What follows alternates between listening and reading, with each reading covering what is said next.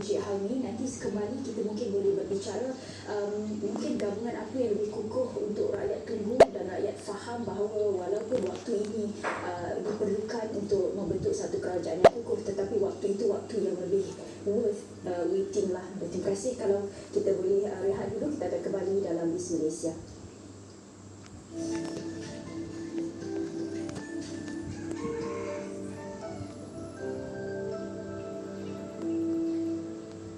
Kalau kita melihat dengan keadaan ekonomi sekarang, kos harga hidup yang meningkat, interest yang semakin meningkat dan akan meningkat, dan kita melihat harga macam contoh ayam, benda yang selalu kita makan pun berkesan juga naik, dan ini menyebabkan ramai orang akan mula rasa goyah, mula rasa takut. Jadi apa yang kita boleh buat untuk mengatasi keadaan ini adalah yang pertama lagi, yang pertama sekali tidak lain tidak bukan kita perlu buat budgeting. Dengan membosankan, tetapi inilah perkara asas tentang kewangan. Ramai orang akan katakan, oh, saya lari bajet. Macam mana ni lari bajet? Bajet harus dilakukan sebelum kita dapat gaji. Bukan lari bajet baru nak tetapkan bajet. Pertama, kita harus buat penetapan untuk kita pastikan peralihan duit itu dalam keadaan yang tepat. Seandainya kita nampak mana-mana kelompongan berlaku, itu yang harus kita tampal untuk teruskan kita supaya lebih sejahtera, cukup sampai ke gaji yang seterusnya.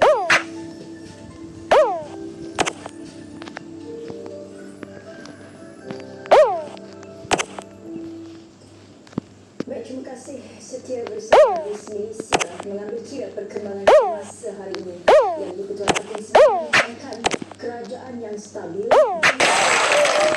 untuk menjaga rakyat dan memacu negara. Namun bagaimana ini boleh direalisasikan melalui pembentukan kerajaan yang lebih kukuh dan meyakinkan buat rakyat. Kita masih bersama dengan Encik Hauni Azri Abdul Halim, pendiri Unit Demokrasi dan Takbir Urus Ideas. Melihat kepada perkembangan yang ada dengan pembentukan kerajaan, masih belum ada hint-hint bagi rakyat. Kalau kita lihat dari segi proses pembentukan kerajaan itu, akan masa, tetapi rakyat perlu tahu juga apa yang berlaku di dalam suku ekonomi dan politik negara. Bagaimana ini dapat dibentuk dari segi pembentukan kerajaan yang lebih kukuh dan lebih mudah, dan lagi kalau kita faham dari segi Akta Anti-Rokok Parti itu dikuatkuasakan, agak sukar untuk dibentuk sebenarnya kerajaan selepas Anti-Rokok Parti itu dikuatkuasakan. Adakah itu satu kelemahan perlembagaan atau itulah kelebihan sebenar? Secara umumnya daripada apa yang berlaku hasil daripada keputusan pilihan rakyat ini, apa yang harus difikirkan oleh para pemain politik dan pimpinan adalah untuk cuba rakyat secara umumnya. Tidak boleh untuk meletakkan kepentingan politik lebihi daripada apa yang dikemukakan oleh mandat rakyat.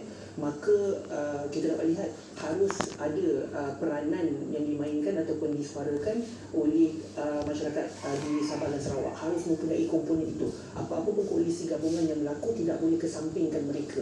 Daripada selain itu juga harus ada satu konsep yang mana winner takes all. Harus ada kompromi yang berlaku dengan semua para pemain politik, dan di sini pula kita harus lihat jika dapat idea yang baik daripada pihak oposisi harus diambil dan disalurkan. Di sini apa yang berlaku antara kebanyakan di zaman pemerintahan Ismail Sabri, Datuk Seri Ismail Sabri adalah MOU yang berlaku dan ini harus diteruskan di peringkat parlimen tanpa ada kekecewaan akibat tidak dapat menjadi sebahagian daripada kerajaan.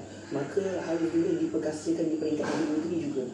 Negeri juga harus diberikan otonomi ataupun peranan untuk cuba mentadbir negeri secara lebih konklusif dan juga membawa pelaburan-pelaburan juga. Tidak hanya boleh bergantung hanya kepada peringkat persekutuan. Dinamika ini penting agar kita dapat keluar daripada pasca COVID situasi yang berlaku ini, dan juga untuk kita meyakinkan bahawa negara kita kembali kepada landasan yang baik.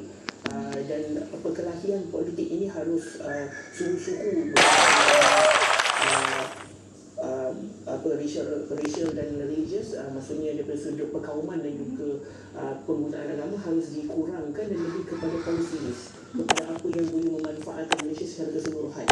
Dan saya rasa ini harus difikirkan oleh para pemain politik dalam kepimpinan yang utuh di kalangan mereka. Okey, Aidis juga menyarankan rundingan berdasarkan dasar bukan naungan atau kepimpinan.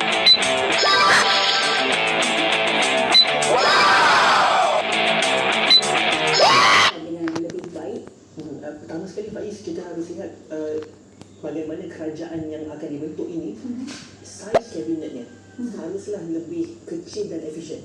Dan juga apa yang berlaku di peringkat perundingan mereka itu haruslah tidak melibatkan lantikan-lantikan khas politik di dalam GLC ataupun syarikat-syarikat berkenaan kerajaan. Ini penting agar kita dapat melahirkan satu culture yang mana profesional mengambil tempat di dalam business sector dan cuba untuk menggerakkan keupayaan syarikat-syarikat terbabit dan tidak dinaungi oleh politik.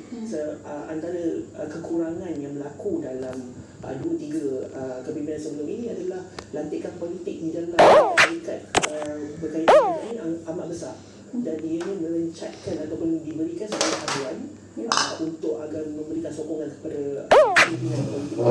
Dan ini secara umumnya tidak baiklah untuk negara kita memenuhkan syarikat-syarikat kecil ini. Lantikan politik harus dikurangkan, saiz kabinet harus lebih efisien, mereka harus perform apa yang diharapkan oleh masyarakat. Tidak bolehlah untuk berlega-lega bermain politik dan juga menyusun strategi-strategi pesaing-pesaing mereka. It has to be national based, dan agenda nasional juga harus diletakkan secara jelas dan tuntas. Dan di sini mungkin boleh juga dibahaskan tentang aspek manifesto. Bagaimana tertunainya manifesto di kalangan-kalangan parti itu sebagai prasyarat ataupun apa yang mengikat untuk diukur oleh masyarakat tentang prestasi yang berlaku di kalangan pemain politik. Baik, itu kelemahan yang perlu kita pelajari dan kita tambah baik. Melihat kepada keadaan ekonomi semasa, walaupun kita berbicara politik, ekonomi itu perlu berjalan sekali. Melihat kepada ekonomi semasa, pelabur mengambil jalan untuk tunggu dan lihat. Dan keadaan ini tak boleh ambil waktu yang lebih lama kerana ia tidak sihat untuk ekonomi negara. Apa sebenarnya keyakinan yang pelabur tunggu-tunggukan? Sudah pasti ia harus terletak kepada calon kepimpinan yang terutama, yang tertinggi untuk cuba mententeramkan keadaan politik di Malaysia, dan bagaimana politik yang dibawa oleh pemimpin haruslah lebih merakyat dan juga merangkumi inklusif kepada semua lapisan, tidak hanya terletak kepada pembahagian. Dan sekiranya ini berlaku, kemudian kita akan lihat value-value ataupun nilai-nilai yang dibawa oleh kepimpinan terbabit. Adakah ianya anti-corruption, adakah ianya transparency, accountability, good governance, pelbagai aspek value-value yang untuk mengukuhkan institusi demokrasi. Dan ini penting, dan untuk diperkasakan aspek parlimen, untuk kawal selia, untuk agensi-agensi kerajaan seperti MACC sebagai EC, SPRM dan juga SPR untuk dirombak kembali ataupun untuk diperbaiki, ataupun diberikan lebih banyak peluang untuk tampil ke hadapan dan meyakinkan balik semula masyarakat bahawa mereka benar-benar mampu untuk berfungsi. Dan sekiranya agensi-agensi ini bergerak dengan lancar, public trust kepada institusi kerajaan ini akan terpulih, dan kepimpinan ini yang akan akhirnya membawa kepada apa yang kita lihat sebagai stability. Pada hemat saya, kepada parti-parti yang menawarkan, tetapi kepada bagaimana institusi kerajaan bergerak. Itu waktu yang kita ada, walaupun dengan keadaan waktu yang cukup manfaat untuk kita jelaskan bagaimana situasi demokrasi negara. Terima kasih kita ucapkan kepada Encik Helmi Azri Abdul Halim, pendiri Unit Demokrasi dan Tak Ada Urus Ideas. Di sini edisi 21 November 2022 berakhir di sini. Saya Faiz Syahra Nizam. Assalamualaikum dan kita jumpa lagi. Apa jadi benda ni?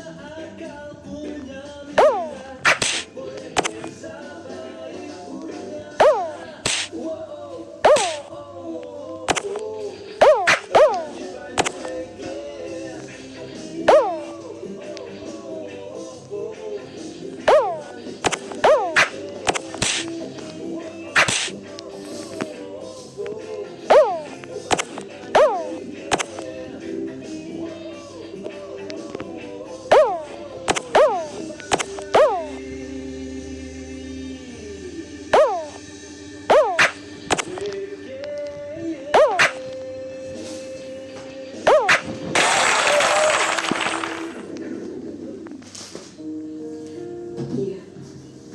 Baik. Saya pastikan semuanya berjalanan. Kami cakap dulu dan sampai dipercayakan dulu. Jadi kemungkinan untuk ada anak tu memang bila nipis lah.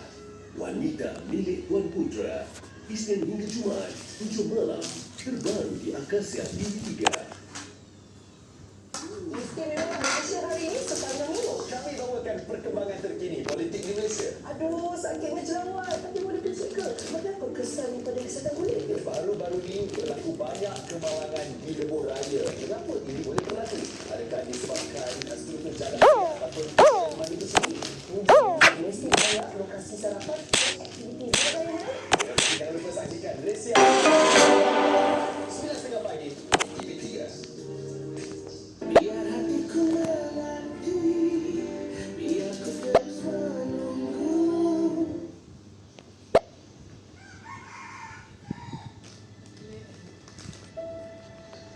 Buat kira tidur ke? Dah. Aku dah sikit dah cakap dengan kau. Bagi aku solat dulu boleh?